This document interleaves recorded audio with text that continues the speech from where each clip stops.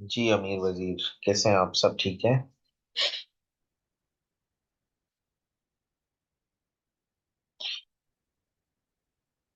That's good. शुक्र है अल्लाह का। सुल्तान। Thank you. अल्लाह का शुक्र है, अल्लाह का शुक्र है जी, बिल्कुल अल्लाह का शुक्र है, मैं खैरियत से ठीक हूँ। अल्लाह हम सब लोगों को इसी तरीके से खुश रखे और आसानियां करें हम सब लोगों के लिए। आवाज आ रही है आप लोगों को मेरी? आई थिंक वेट कर लेते हैं। 9 पार्टिसिपेंट्स ने ज्वाइन कर लिया है। मेरा ख्याल है मैं ट्राई करता हूँ कि 1-2 मिनट जो है वो वेट कर लिया करें, ताकि हमारे बाकी कैंडिडेट्स भी जो है ना सब अटेंड कर लें, मिस ना हो जाए चीजें। कार्डियो इंशाल्लाह आज हमारा कंप्लीट हो जाएगा और साथ में रेस्पिरेटरी इमरजेंसी भी मैं स्टार्ट कर दूंगा। तो कार्डियोवास्कुलर इंशाल्लाह जो है वो आज कंप्लीट हो जाएगा। नेक्स्ट वीक हमारा जो है वो लास्ट है। नेक्स्ट वीक में हमारा इमरजेंसी कोर्स इंशाल्लाह कंप्लीट हो जाना चाहिए और इंशाल्लाह हो जाएगा।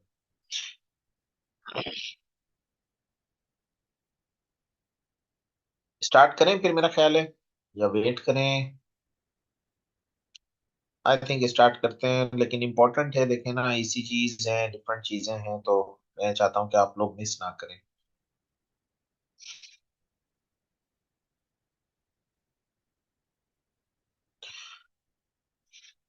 सो काफी चीजें आप लोगों को माशाल्लाह लर्न आउट हुई होंगी इस कोर्स में अभी तक। बहुत सारी चीजें आप लोगों ने सीखी होंगी, स्पेशली नई नई, और इमरजेंसीज में किस तरीके से डील करते हैं।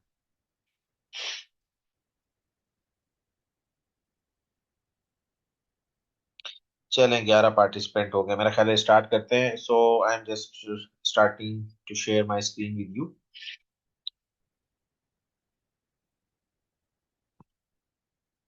ठीक। सो हम कहाँ पर थे हम? Common cardiac arrhythmias.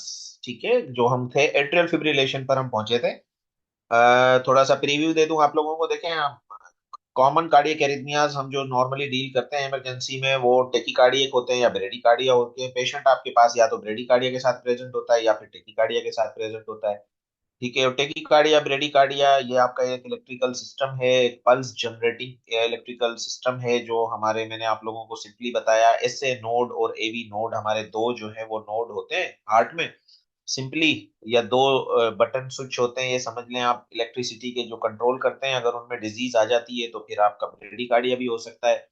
ठीक है, तो फिर वो ब्रेडिकार्डिया की फिर फर्दर टाइप्स थी डिवाइडेड, जो आप लोगों से शेयर की। और फिर टेकिकार्डिया फर्दर डिवाइडेड है कि सुप्रावेंट्रिकुलर टेकिकार्डिया है या वेंट्रिकुलर टेकिकार्डिया है। लेकिन उसमें फिर हम यही देखते हैं कि ये नैरो कॉम्प्लेक्स टेकिकार्डिया है या वाइड क्यूआरएस कॉम्प्लेक्स टेकिकार्डिया है, फिर उसके बाद फर्दर डिवाइड करते हैं उसको।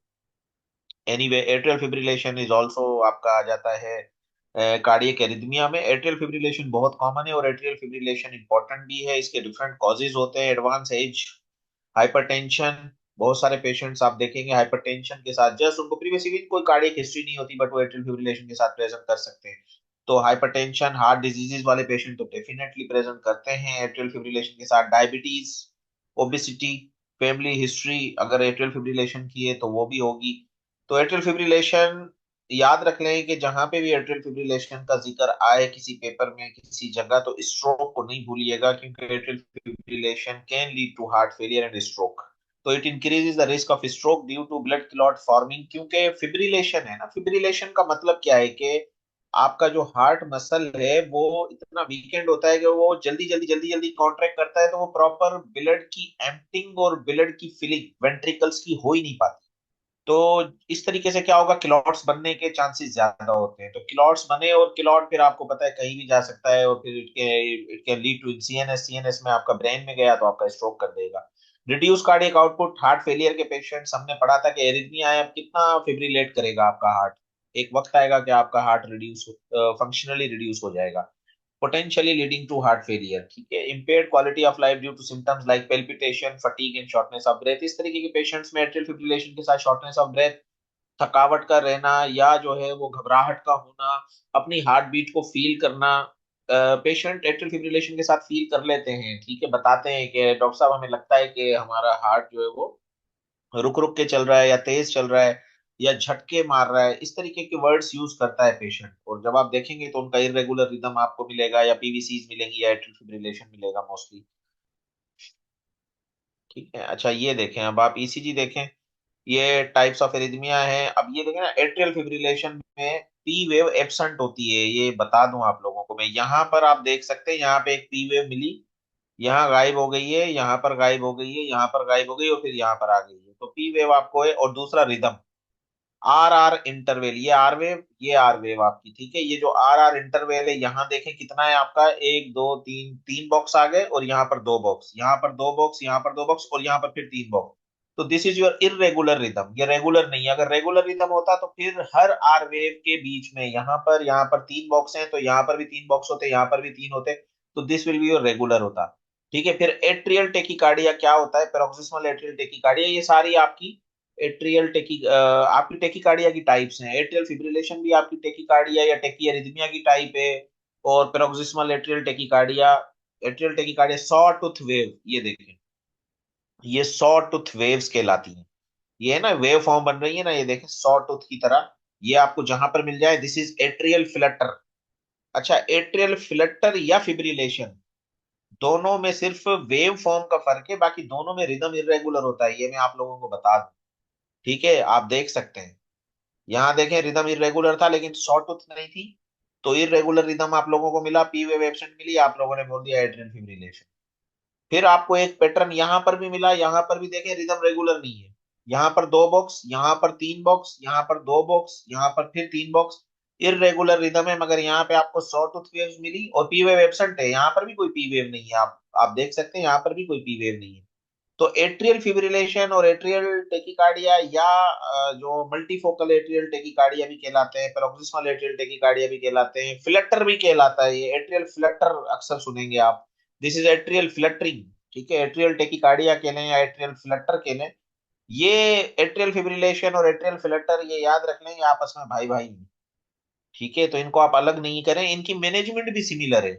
जब आप पढ़ेंगे कि एट्रियल फिब्रिलेशन को कैसे मैनेज करेंगे, कैसे रेट कंट्रोल करेंगे, एट्रियल फ्लटर को कैसे मैनेज करेंगे, तो मैनेजमेंट भी इनकी सिमिलर है। और वेंट्रिकुलर टेकिकार्डिया और वेंट्रिकुलर फिब्रिलेशन में क्या डिफरेंस है, ये बहुत अहम सवाल है। ठीक है। अब आप देख सकते हैं कि वीटी, वीटी क्या है, वाइड कॉम्प्लेक्स टेकिकार्डिया। सबसे पहले तो आप इसको ये जज कर लेंगे, ये वाइड, ये देखें वाइड है ना, ये नैरो नहीं है। ऊपर आप देखें कितनी शेप आ रही है, और इसकी शेप देखें आप। ठीक है, तो ये वाइड क्यू आर एस है। ठीक है, मगर ये आपको रेगुलर मिल रहा है।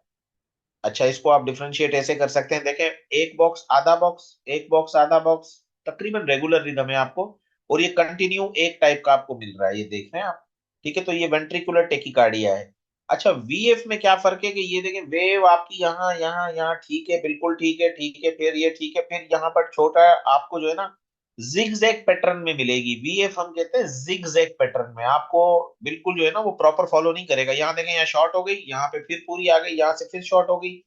ठीक है, तो this is your ventricular fibrillation. Fibrillation का तो मतलब ही मैंने आप लोगों को बताया ना, कि जैसे हार्ट बिल्कुल जो है ना आपका, समझ लें, कांप रहा है, इस तरीके से आप समझ रहे हैं फिब्रिलेशन।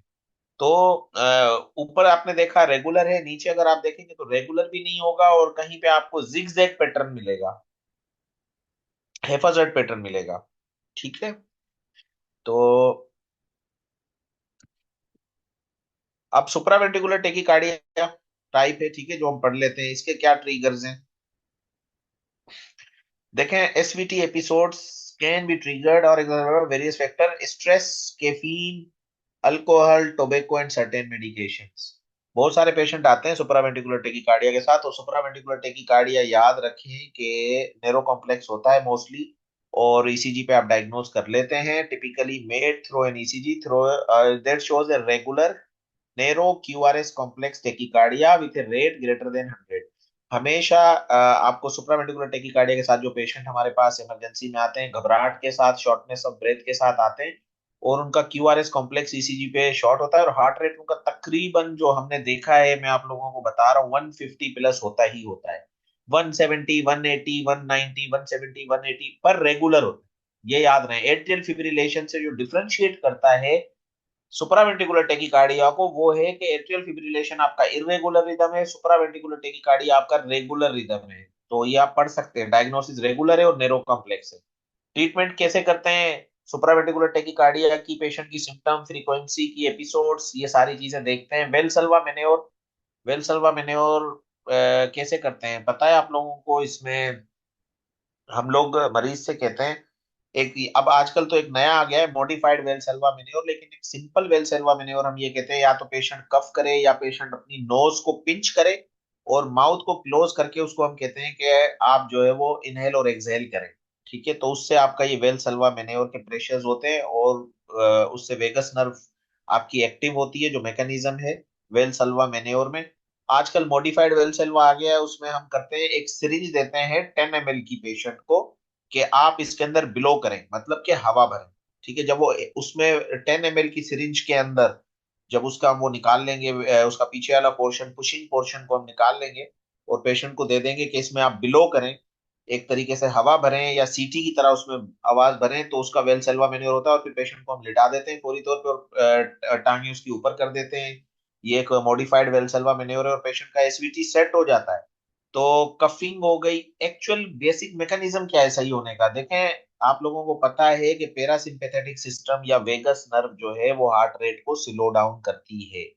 ठीक है, और सिंपैथेटिक सिस्टम हमारी जो फिजियोलॉजी है वो हार्ट रेट को बढ़ाती है। तो एसवीटी के जो सही सुप्रावेंटिकुलर टेकिकार्डिया में क्या है, एक तरीके से हार्ट रेट बहुत ज्यादा है, बढ़ा हुआ है, मींस आपका सिंपैथेटिक सिस्टम बहुत ज्यादा एक्टिव है। ठीक है, तो सिंपैथेटिक सिस्टम एक्टिव है तो पेशेंट आपका सिवियर टेकिकार्डिया में है फर्ज करें, तो आपको क्या करना है? आपको पैरासिम्पैथेटिक को किसी तरीके से एक्टिव करना है। तो वो फिर डिफरेंट मेथड्स होते हैं वेगस नर्व या पैरासिम्पैथेटिक सिस्टम को एक्टिव करने के, लाइक वेलसेल्वा मेन्योर आ गया। कुछ मेडिकेशन होती है जैसे beta blocker, calcium channel blocker, ये अब आपकी क्या करेंगे, हार्ट रेट को स्लो डाउन करती है।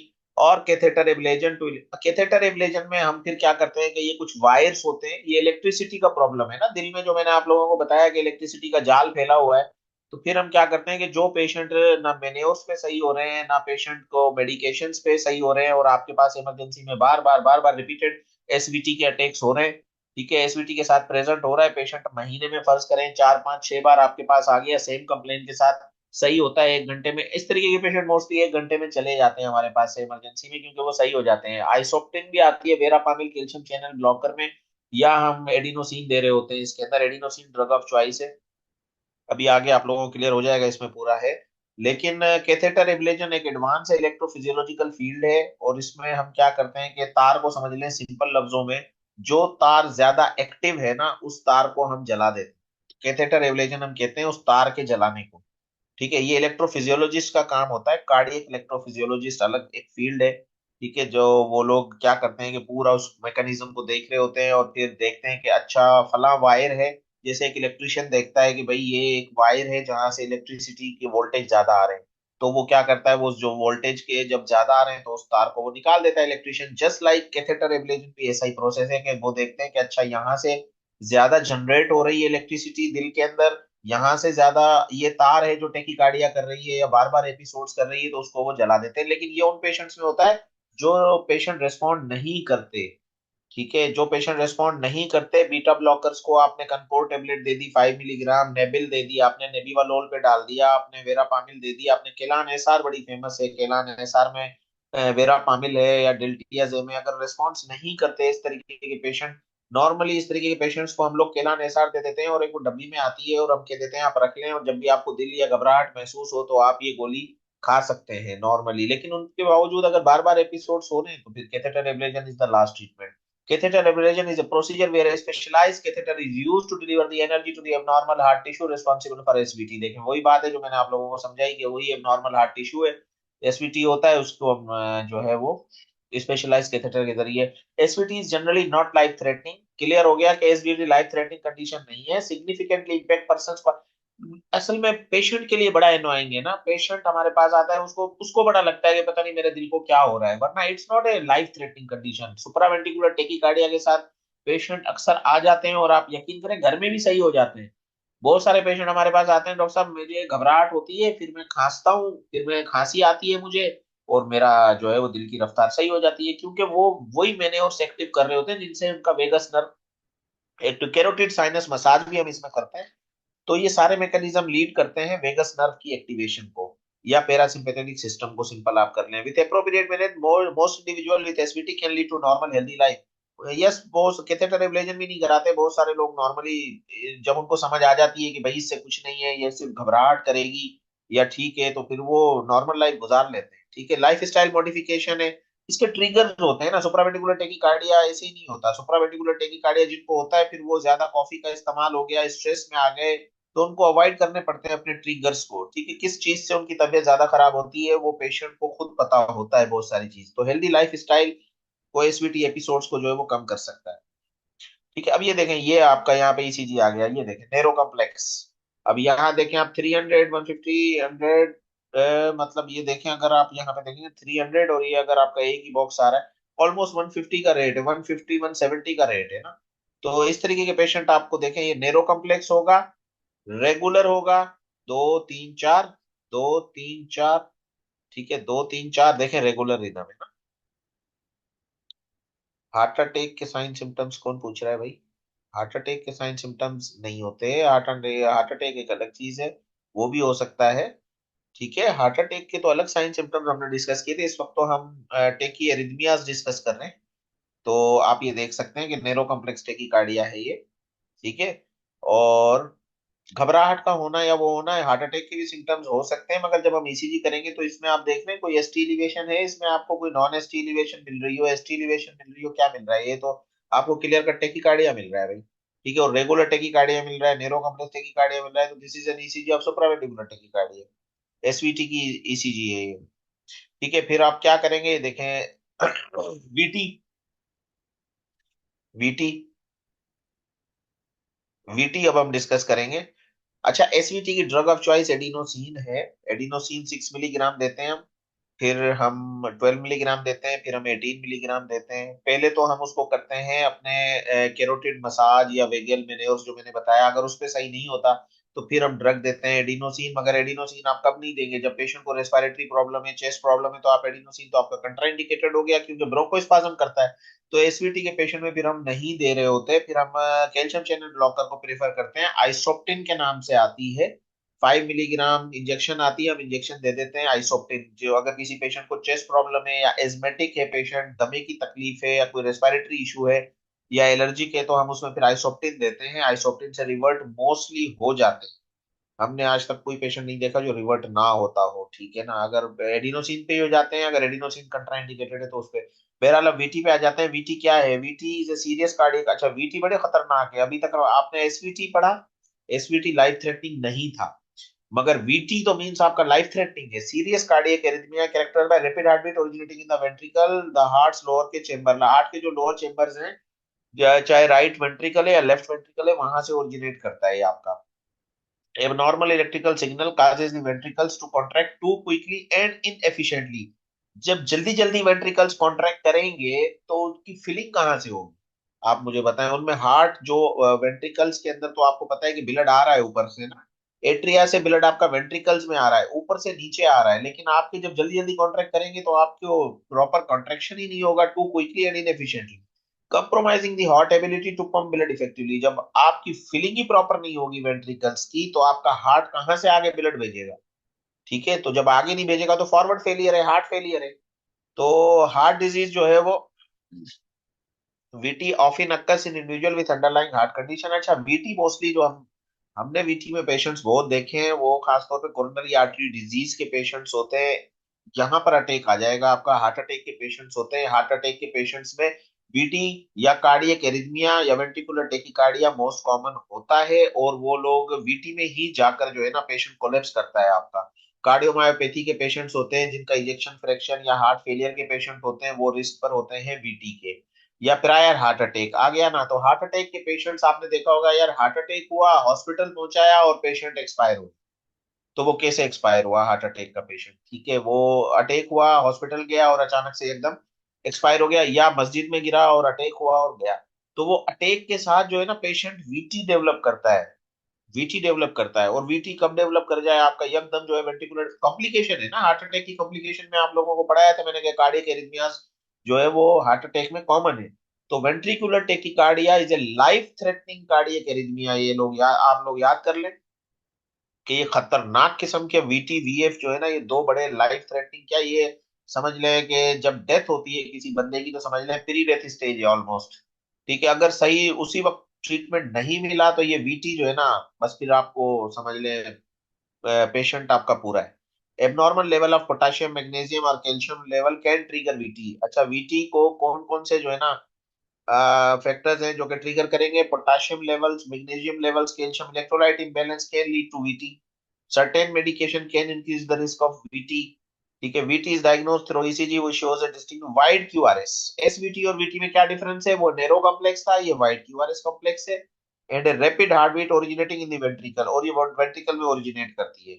एको में क्या नजर आएगा? Heart structure and function identifying the underlying A heart disease का पता चलेगा कि भाई हो। अच्छा भाई, अब ये वीटी की एक पिक्चर है, ठीक है, ये देख लें। ये आपके राइट एट्रियम लेफ्ट एट्रियम, ऊपर के दो चेंबर आ गए, नीचे के आपका राइट वेंट्रिकल लेफ्ट वेंट्रिकल, नीचे के दो चेंबर आ गए। ठीक है ना? वीटी मोनोमॉर्फिक, वीटी की भी दो टाइप्स होती हैं। ठीक है, ये याद कर ले। Ventricular tachycardia is further divided into two types, monomorphic VT and polymorphic VT. हैं दोनों वाइड क्यूआरएस कॉम्प्लेक्स, लेकिन ये देखें एक ही टाइप। मोनोमॉर्फिक का मतलब है एक ही टाइप की शेप होगी। ये देखें, ये भी शेप सेम है, ये भी शेप सेम है, ये भी शेप सेम है, सेम शेप है। और पॉलीमॉर्फिक का मतलब है डिफरेंट शेप। ये देखें, यहाँ पे शेप डिफरेंट, फिर यहाँ पर शेप डिफरेंट, फिर यहाँ पर शेप डिफरेंट है, तो this is a polymorphic VT. अच्छा, वेंट्रिकुलर नोड और डिफरेंट नोड से होगा। Monomorphic VT mostly scar induced होती है, जो जो लोग अटैक जिनको आ जाता है ना उधर स्कार बन जाता है, आप लोगों को पता है, तो मोनोमॉर्फिक वीटी स्कार वाली होती है। ठीक है, और डिफाइंड क्यूआरएस कॉम्प्लेक्स को क्या डिफाइन कर रहा है? ये ऐसे नोड है, ये वही स्विच बटन है, ये वही मेन स्विच है जहां से आपकी इलेक्ट्रिसिटी सारी डेवलप हो रही है, इलेक्ट्रिकल सिग्नल्स आपके डेवलप हो रहे हैं। ठीक है। अच्छा भाई, अभी ये देख ले, नॉर्मल हार्ट रिदम आपका ऐसा होता है, और ये आपका वीटी का रिदम है, आप देख सकते हैं। अब ये आपका क्या आ रहा है? ये पॉलीमॉर्फिक वीटी आ रहा है, मोनोमॉर्फिक भी नहीं है, देखें चेंज हो रही है शेप यहाँ पे, तो this is your polymorphic VT. अच्छा, कॉमन में वीटी में क्या है? VT is a mechanical emergency and it can lead to medical emergency है, sudden cardiac death, sudden cardiac arrest and death if not treated properly. आ गई बात कि भाई अगर वीटी को टाइमली ट्रीट नहीं किया तो ये sudden cardiac death, sudden cardiac arrest में जाएगा पेशेंट आपका। पेशेंट आपका बिल्कुल ठीक था, एकदम गिरा और गया। वीटी में होता है पेशेंट, इंडिविजुअल विद वीटी में experience symptom like palpitation, dizziness and loss of consciousness. ठीक है, वीटी है, देख ले। अच्छा, क्या मैनेजमेंट करेंगे वीटी की आप लोग? Immediate electrical shock to reset the patient is the critical for VT episodes causing the loss of consciousness. जो पेशेंट गिर गया, बेहोश हो गया, बीपी ड्रॉप हो गया, हेमोडायनामिकली कंप्रोमाइज है, ब्लड प्रेशर वाइटल्स नहीं आ रहे, और आप लोगों ने डिफिब्रिलेटर लगाया, उस पे आपको रिदम नजर आया कि पेशेंट को वीटी चल रहा है, पेशेंट को आपको इमीडिएटली शॉक करना है, जिसको हम कहते हैं कि बिजली के झटके देना दिल पर। आप लोगों ने भी देखा होगा जिन्होंने इमरजेंसी में काम किया है, वरना ड्रामों में फिल्मों में सब में दिखाते हैं कि भाई इसको तो अब जो है ना वो शॉक लगेंगे बिजली के, तो जाके इनका दिल सही होगा, तो दिस इज अ डिफिब्रिलेशन। ठीक है, immediate electric shock defibrillation to reset the heart rhythm for to is the critical for VT episodes causing the loss of consciousness। तो जो वीटी बेहोश कर रहा है उसको डिफिब्रिलेट करें। Anti arrhythmic medications, anti arrhythmic medications हम देते हैं, लेकिन देखें अगर पेशेंट को लॉस ऑफ कॉन्शियसनेस हो गई है, पेशेंट आपका बेहोश हो गया है, गिर गया और बेहोश हो गया और बीपी ड्रॉप हो गया, तो फिर डिफिब्रिलेट के अलावा कोई उसके पास आपके पास ऑप्शन नहीं है। आप उसमें ड्रग्स ट्राई नहीं करेंगे। एंटी एरिथमिक ड्रग्स आप तब देंगे जब पेशेंट को वीटी हुआ और पेशेंट रिकवर कर गया, या पेशेंट को आपने फौरी तौर पे डिफिब्रिलेट कर दिया, उसके बाद उसका बीपी भी सेट हुआ, चीजें हुआ, सपोर्ट किया आपने, सपोर्टिव ट्रीटमेंट दिया, उसके बाद आप मेडिसिन लिडोकेन, एमायोडेरोन, ये एंटी एरिथमिक मेडिकेशन चला सकते हैं आप, ताकि उसको further to prevent the VT, आगे उसको वीटी ना हो, या stabilize heart rhythm. Atropine is use for, atropine तो हम ब्रेडिकार्डिया में देते हैं ना, एट्रोपिन हम ब्रेडिकार्डिया में देते हैं। ठीक है, एसवीटी में नहीं देते। अच्छा, a procedure to target and eliminate the, long term option में क्या है? कैथेटर एब्लेशन करेंगे, वही वही सेम इसमें भी हम करते हैं। आईसीडी, आईसीडी एक डिवाइस है, बैटरी है, बहुत एक्सपेंसिव है, अफोर्ड नहीं कर सकते लोग, 15-20 लाख की है, लेकिन बहरहाल NICVT तो फ्री ऑफ कॉस्ट लगा रहा है, ये एक बड़ी बात है। A device that can detect and treat, अच्छा ये डिवाइस एक लग जाती है इसके अंदर खुद ही ना, जब भी आपका दिल जो है वो वीटी में जाएगा, ये डिटेक्ट कर लेगी मशीन खुद ही। ऑटो सेंसर्स होते हैं इसके अंदर, ICD is a type of auto sensor battery, जो कि ऑटो सेंसर्स होते हैं, और ये हम दिल में छोटी सी होती है लगा देते हैं। जैसे पेस मेकर आप लोगों ने देखा होगा, तो ये पेस मेकर की तरह लग जाती है। और जब भी इसको, जैसे ही वीटी में जाएगा, क्योंकि अब हर वक्त तो आप डिफिब्रिलेटर लेके नहीं घूम सकते ना पेशेंट, तो आईसीडी समझ ले एक तरीके से डिफिब्रिलेटर है छोटा सा, जो हम फिट कर देंगे। क्योंकि पेशेंट कहीं नमाज पढ़ रहा है, कुछ कर रहा है, पेशेंट को वीटी कब हो जाए हम लोगों को तो नहीं पता, ना आप लोगों को पता है, और ना आप लोगों के पास डिफिब्रिलेटर है, ना कोई मशीन है। तो आप उसको वीटी को कैसे टर्मिनेट करेंगे, पेशेंट की जान को खतरा होता है। तो इस तरीके के पेशेंट्स को मोस्टली जो हाई रिस्क होते हैं वीटी पे, उसमें हम आईसीडी लगा दें। आईसीडी खुद ही उसको डिटेक्ट करेगी, ऑटो सेंसर्स होते हैं, पेशेंट वीटी में जब भी जाएगा, फर्ज करें वो नमाज पढ़ते हुए या कोई स्पोर्ट्स खेलते हुए या कोई काम करते हुए या बाथरूम में वीटी में गया, तो वो उसको डिटेक्ट करेगी और खुद ही शॉक डिलीवर कर देगी, और पेशेंट आपका रिकवर कर जाएगा उसी वक्त। तो ये बड़ी लाइफ सेविंग डिवाइस है। मेडिकेशन है, एंटी एरिथमिक ड्रग्स भी हम प्रेस्क्राइब करते हैं ताकि पेशेंट को चलती रहे और फर्दर फ्यूचर वीटी से बच जाए। मैनेजमेंट ऑफ अंडरलाइंग कंडीशन है, treating any underlying heart disease that may be treat VT है। क्लियर है यहाँ तक? अभी हम आगे चल रहे हैं। ठीक है, ये आपका आ गया। देखें देखें, ये एक चार्ट है, और ये बातें वही हैं इसके अंदर, वीटी के अंदर, के कार्डियो वर्जन कब करनी है और डिफिब्रिलेशन कब करनी है। पेशेंट आपका स्टेबल है, ठीक है। मैं इसको जूम कर देता हूँ आप लोगों के लिए, ठीक है ना? हाँ, अभी आप देख लें, ठीक है ना? तो पेशेंट को आपको देखना है कि पेशेंट आपका स्टेबल है कि नहीं है। अगर स्टेबल है तो सिंक्रोनाइज कार्डियो वर्जन करेंगे। सिंक्रोनाइज कार्डियो वर्जन क्या कहलाती है? इसका रूल ये होता है कि आपको पल्स के साथ, पेशेंट की पल्स आ रही है, तो पल्स के साथ, रिदम के साथ आप उसको शॉक देंगे। इसको सिंक्रोनाइज कार्डियोवर्जन कहते हैं हम।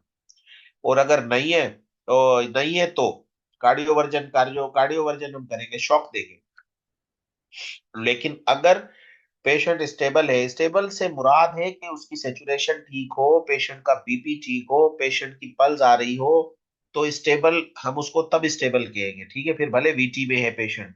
एस्टेब्लिश आईवी कंसीडर एडिनोसिन, ये एसवीटी का बता रहा है कि एडिनोसिन पे आ गया है ना। हाँ, ये एडिनोसिन की है, ये एडिनोसिन वाली स्लाइड है, ठीक है। ये एसवीटी की मैनेजमेंट बता रहा है, ये एसवीटी की मैनेजमेंट बता रहा है। एक जनरल रूल आप लोगों को बता दूं, वीटी हो, एसवीटी हो, एट्रियल फिब्रिलेशन हो, जितने भी किस्म के आपके एरिथमियाज हैं, उनके लिए एक जनरल रूल आप लोग याद कर ले, कि अगर पेशेंट का बीपी और वाइटली स्टेबल नहीं है, जिसको हम कहते हैं हेमोडायनामिकली अनस्टेबल, उनको आपको पेशेंट को शॉक करना है। सिंपल रूल है, ठीक है। कब शॉक करना है, कब शॉक नहीं करना है, ये एक इंपॉर्टेंट है। तो शॉक हम तब करेंगे जब पेशेंट हेमोडायनामिकली कंप्रोमाइज है। और हेमोडायनामिकली कंप्रोमाइज कैसे होता है? Vitally unstable, BP down, pulse नहीं मिल रही, बीपी लेस, पल्स लेस मिल गया आपको, ऑक्सीजन सेचुरेशन ड्रॉप मिल रही है, पेशेंट क्लिनिकली है। शॉक करे, कुछ भी ना सोचे। अब बीपी मिल रहा है, सब कुछ मिल रहा है, रिदम आप लोगों को मिल गया, तो देन आप फिर जो है वो उसको फिर ड्रग्स देंगे। एसवीटी है तो एडिनोसिन देंगे, वीटी है तो एंटी एरिथमिक ड्रग्स देंगे, ठीक है। ये मैंने आप लोगों को एसवीटी का बता रहा था कि 6 मिलीग्राम तक एडिनोसिन देते हैं, फिर 12 मिलीग्राम भी देते हैं हम। तो ये वही चीज इसके अंदर है। लेकिन ये जनरल रूल, कार्डियो वर्जन कब करना है, शॉक कब करना है, मेडिसिन कब देनी है, ये जनरल रूल सारे टाइप के एरिथमियास के लिए एक ही, ठीक है। अब वीएफ पे आ जाते हैं हम, ठीक है। वीएफ जो है वो लाइफ थ्रेटनिंग कार्डियक अरिथमिया है, कैरेक्टराइज्ड बाय वीटी और वीएफ दोनों लाइफ थ्रेटनिंग है आपके। ये याद रख लें कि वीएफ तो मतलब समझ लें एंड ऑफ लाइफ है तकरीबन। वीएफ में जो पेशेंट जाते हैं ना, वो तो वीटी से भी ज्यादा खतरनाक होते हैं। This is the end of life, almost dead end of life हो रही होती है अगर आप लोगों ने इसको रिकवर नहीं किया। It is a medical emergency that requires immediate intervention. Here are key points about, ये इंपॉर्टेंट है, ठीक है। तो ये electrical, VF occurs when the electrical signals in the ventricles become disorganized, causing the heart muscle to quiver rather than contract effectively. Again same mechanism है। Immediate danger क्या है? VF is a medical emergency that can quickly lead to cardiac arrest and death if not prevented। तो VT VF simple है, factors तकरीबन वही है, electrolyte imbalance है, heart attack है, ये सारे के सारे रिस्क फैक्टर्स है VT VF में, ठीक है। सिम्टम्स में भी तकरीबन आपको वही मिलेंगे। लेकिन इसमें क्या होगा? Patient in VF typically lose consciousness and have no pulse और साइंस ऑफ सर्कुलेशन। जब पेशेंट वीएफ में जाता है ना, क्योंकि वीटी और वीएफ को आइडेंटिफाई करना इज बिट डिफिकल्ट, ये दोनों एक साथ होते हैं। और मगर ये है कि वीटी के बाद समझ ले वीएफ जो है ना आपका एंड ऑफ लाइफ है। तो दे में एग्जिबिट गेस्पिंग और एगोनल ब्रीथ्स। देखें गेस्पिंग में हम लोग, आप लोगों ने सब इमरजेंसी में काम किया होगा या हॉस्पिटल में काम किया होगा, गेस्पिंग में पेशेंट आखिरी स्टेज में जाता है। ठीक है, तो ये गेस्पिंग और एगोनल ब्रीथ में आपका जो है वो इरेगुलर होता है, लेबर्ड ब्रीथ्स। तो ये एंड स्टेज ऑलमोस्ट आपका चल रहा होता है वीएफ में। ट्रीटमेंट क्या करेंगे? Immediate defibrillation is the primary treatment for VF. Automated external defibrillators और ऑफन काज्ड बाय बायस्टैंडर्ड और health care providers to deliver an electrical shock. अच्छा देखें, ऑटोमेटेड एक्सटर्नल डिफिब्रिलेटर जो है ना, अच्छे एयरपोर्ट्स पे तो आप लोगों ने शायद देखे हो, पढ़े हो। आउट ऑफ कंट्री में तो मैंने देखे, वहां तो होते हैं, यहाँ पर मुझे नहीं पता कि हैं या नहीं है।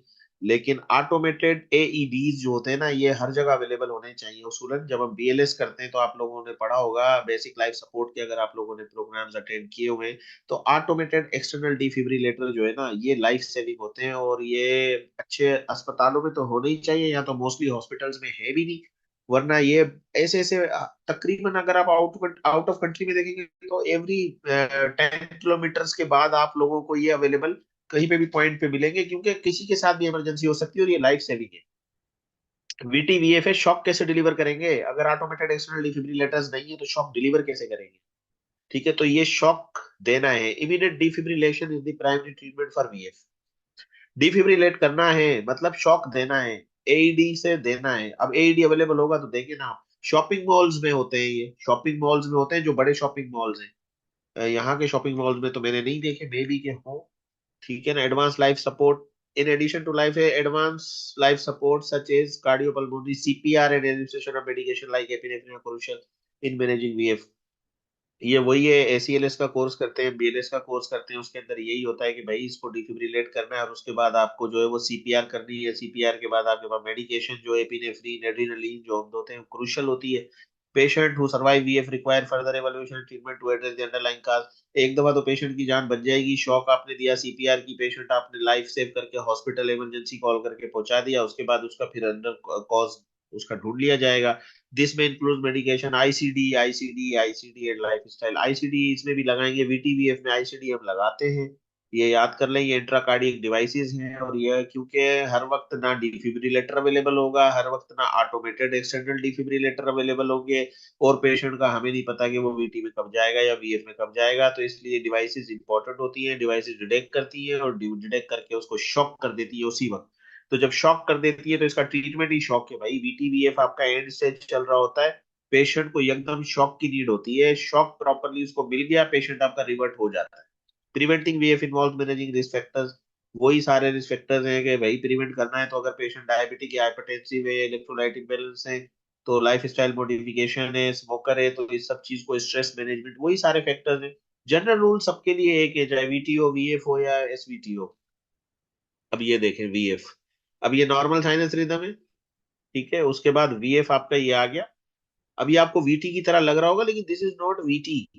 ठीक है ना, ये देखें वीटी और वीएफ को फर्क करने का यही होता है। अब ये लाइंस जो आ रही है ना, देख रहे हैं, ये डिस्प्रोपोर्शनेट लाइट है। जब आप वेंट्रिकुलर फिब्रिलेशन को वेंट्रिकुलर टेकिकार्डिया या वीटी के साथ जब आप लोग डिस्क्रिमिनेट कर रहे होंगे, तो ये लाइंस जो है ना, ये देखें जिग जैग पैटर्न, मैंने आप लोगों को बताया था ना, ये देखें जिग जैग पैटर्न है। ये रेगुलर पैटर्न नहीं है, जिग जैग है, कहीं ऊपर कहीं नीचे, कहीं बड़ी कहीं छोटी कहीं बिल्कुल। तो दिस इज वीएफ। ठीक है ना, वीटी इस तरीके से नहीं होता। वीटी आपका जो है या तो मोनोमॉर्फिक होगा तो एक तरीके से होगा, पॉलीमॉर्फिक होगा तो चले डिफरेंट शेप्स एक्वायर कर सकता है, बट जिगजैग नहीं होगा। ये जिगजैग देख रहे हैं आप, यहाँ पर जिगजैग होगा, यहाँ छोटा, ये फिर देखें। तो ये जिगजैग पैटर्न से आप कर सकते हैं कि दिस इज वीएफ। अच्छा भाई, क्वेश्चन, व्हाट इज डिफरेंस एक्यूरान और सुक्सानल कोलिन का? आप क्या कर रहे हैं? ये तो जो है ये आईसीयू सीसीयू में यूज होती है ना, एक्यूरान और सुक्साइल कोलिन। इसका टॉपिक से तो कोई हमारे टॉपिक से तो कोई इसका लिंक है सच नहीं है। एनीवे, अच्छा, how to interpret ECG arrhythmia में कैसे करेंगे? नॉर्मल साइनस रिदम देखना है। एफएम में क्या करेंगे? Absence of P wave, irregular RR interval है। ठीक है, वीटी में क्या करेंगे? वाइट क्यूआरएस है। वही सारी चीजें मैंने समराइज कर दी है इसके अंदर। और ये देख लें एट्रियल फिल्टर में saw tooth shaped atrial filter में वही वेव्स आपको मिल जाएगी। ट्रीटमेंट अप्रोच में क्या करेंगे, एंटी एरिथमिक ड्रग्स देंगे, ठीक है, एंटी कोगुलेट करना है। एट्रियल फिब्रिलेशन एट्रियल फ्लटर को एक साथ ट्रीट अगर आप लोग करेंगे तो तकरीबन एरिथमियाज के अंदर बीटा ब्लॉकर है। भाई टेकीकार्डियाज है, टेकी एरिथमियाज है तो आप बीटा ब्लॉकर देंगे। और अगर एरिथमियाज हैं तो एंटी एरिथमिक ड्रग भी देनी पड़ेगी, लाइक एमाइडोरोन, फिलिकेनाइड, सोटालोल, ये सारी की सारी क्या है आपकी एंटी एरिथमिक ड्रग्स है। और एंटीकोगुलेट तो करना ही करना है आपको, वरना क्लॉट बनेगा एट्रियल फिब्रिलेशन में, तो एंटीकोगुलेट तो करेंगे आप लोग, ठीक है ना। उसके बाद इलेक्ट्रोफिजियोलॉजिकल इंटरवेंशन में कैथेटर एब्लेशन आ गई आपकी, ठीक है, जो मैंने आप लोगों से शेयर की कि ये अलग फील्ड है। उसके बाद आपका आईसीडीज आ जाती है, ठीक है ना, पेस मेकर आईसीडीज दैट रेगुलेट, ये इंपॉर्टेंट है, वही सारी है। अच्छा, आईसीडीज की क्या टाइप्स होती है, सिंगल चेम्बर होती है, डुअल चेम्बर होती है, ये टाइप्स दे दी है। लेकिन अगर आप लोगों को पेस मेकर्स का टाइप्स पता है और आईसीडीज और सीआरटी पता है तो बस ठीक है, इनफ है ये, क्योंकि ये फिर कार्डियोलॉजिस्ट की फील्ड आ जाती है ना आगे।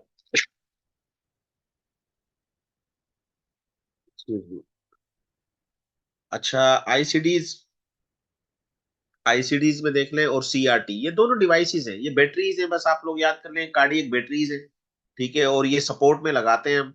और आईसीडी कब लगाते हैं, देखिए ये क्या करेगा, ये इम्प्लांटेड हो जाती है to monitor heart rhythm and deliver shocks if life threatening arrhythmia such as VT VF, तो ये डिलीवर कर देगी। सीआरटी क्या है, ये भी इसको कार्डियक रिसिंक्रोनाइजेशन थेरेपी कहते हैं, पेस मेकर एंड डिफिब्रिलेटर को कंबाइन कर दें, ये पेस मेकर आ गया, ये आईसीडी आ गया, दोनों को मिला दे तो सीआरटी बन जाएगा आपका, ये भी डिवाइस है, ठीक है। प्रिवेंशन लाइफ स्टाइल वही करना है, वेट मैनेजमेंट है, अल्कोहल है, स्मोकिंग सेसेशन है, स्ट्रेस है, ठीक है, हाइपरटेंशन है, ये मैनेज करें, रेगुलर एक्सरसाइज करें, स्ट्रेस मैनेज करें, वही प्रिवेंशन लाइफ स्टाइल है।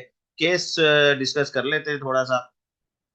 एट्रियल फिब्रिलेशन का केस है, एक फर्ज करें 65 year old mail with history of hypertension, 65 साल का बंदा है, आपके पास ब्लड प्रेशर का आ गया, पेल्पिटेशन, शॉर्ट ऑफ ब्रेथ के साथ, ईसीजी ने इरेगुलर आरआर इंटरवल शो किया, एब्सेंस ऑफ पी वेव्स, तो क्या डायग्नोसिस हुई भाई, एट्रियल फिब्रिलेशन, मैंने बताया इरेगुलर रिदम होगा, पी वेव एब्सेंट होगी। एट्रियल फिब्रिलेशन मैनेज कैसे करेंगे, इनिशिएशन ऑफ एंटीकोगुलेशन, रिड्यूस करेंगे रिस्क का, स्ट्रोक का रिस्क रिड्यूस करना है, medication to control heart rate, patient atrial fibrillation में है, टेकीकार्डिया में है तो आपको हार्ट रेट कंट्रोल करना है। उसके बाद catheter ablation for rhythm control के लिए आपको कैथेटर एब्लेशन का ऑप्शन आप पेशेंट से डिस्कस करेंगे, पेशेंट की कंसेंट जरूरी होती है इसके लिए, वरना पेशेंट कहता है मैं मेडिकेशन पे फाइन हूं तो इट्स ओके चलने दें, ठीक है। फिर वेंट्रिकुलर टेकीकार्डिया आपका आ गया, इमरजेंसी में 50 साल का बंदा है, प्रीवियस हार्ट अटैक हो चुका है, अब देखें यहाँ पे प्रीवियस हार्ट अटैक का हो चुका है उसको, सडन लॉस ऑफ कॉन्शियसनेस, अचानक से वो बेहोश हो गया, गिर गया, इमीडिएट ईसीजी की वाइड क्यूआरएस मिला, रैपिड हार्ट रेट मिली, डायग्नोसिस क्या मिला, वीटी, वीटी में क्या करेंगे, इमीडिएट डिफिब्रिलेशन, बेहोश हो गया, गिर गया, लॉस ऑफ कॉन्शियसनेस हो गया, डिफिब्रिलेट करना है आपको, कुछ भी हो जाए, डिफिब्रिलेट के अलावा कोई ड्रग ऐसी नहीं है कि पेशेंट होश में आ जाएगा। कार्डियक हो गया इम्प्लांट, और आपको आईसीडी तो डालनी पड़ेगी पेशेंट को अगर फ्यूचर अटैक से बचाना है तो। केस 3 में लाइफ स्टाइल मॉडिफिकेशन एसवीटी, 40 साल का बंदा है, पेल्पिटेशन के साथ आया आपके पास, ईसीजी ड्यूरिंग में इसमें नेरो कॉम्प्लेक्स टेकीकार्डिया है, एजुकेट करें पेशेंट को, reducing caffeine intake, managing stress, exercise, यही सब चीजें, ठीक है ना, वही है।